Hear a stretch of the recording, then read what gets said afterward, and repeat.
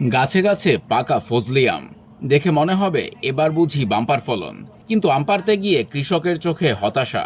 টানা বৃষ্টির পর ফলমাছির আক্রমণে গাছের আমই ধরছে ছিদ্র, তারপর দ্রুত শুরু হচ্ছে পচন।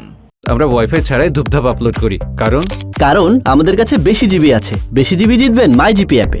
চাঁপাইনবাবগঞ্জ সদর উপজেলার আমবাগানগুলোতে এখন এমন চিত্রই দেখা যাচ্ছে।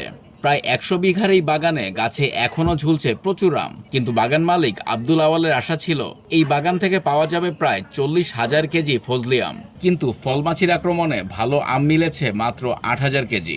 অর্থাৎ প্রত্যাশিত পরিমাণের বড় একটি অংশই নষ্ট হয়ে যাচ্ছে বাজারে পৌঁছানোর আগেই। আমার সাকান্নের চৌধুরীর বাগানে 1,000 মণ আম ছিল। বৃষ্টির কারণে সে আম নষ্ট হয়ে এখন আমি 200 মণ মতন আম পাচ্ছি। আমার সমস্ত টাকা পয়সা নষ্ট হয়ে গেছে। আমার এক দাদা মিরাটুলি বাবুপুরে 150 বিঘা বাগান ছিল, ওখানে আমার 2,500 মণ আম ছিল। আমি 5 থেকে 600 মণ আম পেয়েছি। সমস্ত আম নষ্ট হয়ে গেছে। আম চাষিরা বলছেন ফলমাছির আক্রমণে আমে ছিদ্র হওয়ার পর দ্রুত পচন ধরছে, ফলে অনেক আম বাজারজাত করা যাচ্ছে না। ফলে এবার ভালো ফলন থাকলেও বিপুল পরিমাণ আম নষ্ট হওয়ায় তারা বড় ধরনের লোকসানের মুখে পড়েছেন। ছত্রাকজনিত বিভিন্ন রোগের প্রাদুর্ভাব দেখা যায়। এবারও কিছু কিছু জায়গায়, দু একটা জায়গায় হয়তো এরকম দেখা দিয়েছে আর কি। এখন ভবিষ্যতে আসলে এই ফসলটাকে বা ফলটাকে যদি এই রোগ বালাই মুক্ত যদি আমরা চাষবাদ করতে চাই, সেক্ষেত্রে আসলে ফুড ব্যাগিংয়ের গুরুত্বটা অপরিসীম।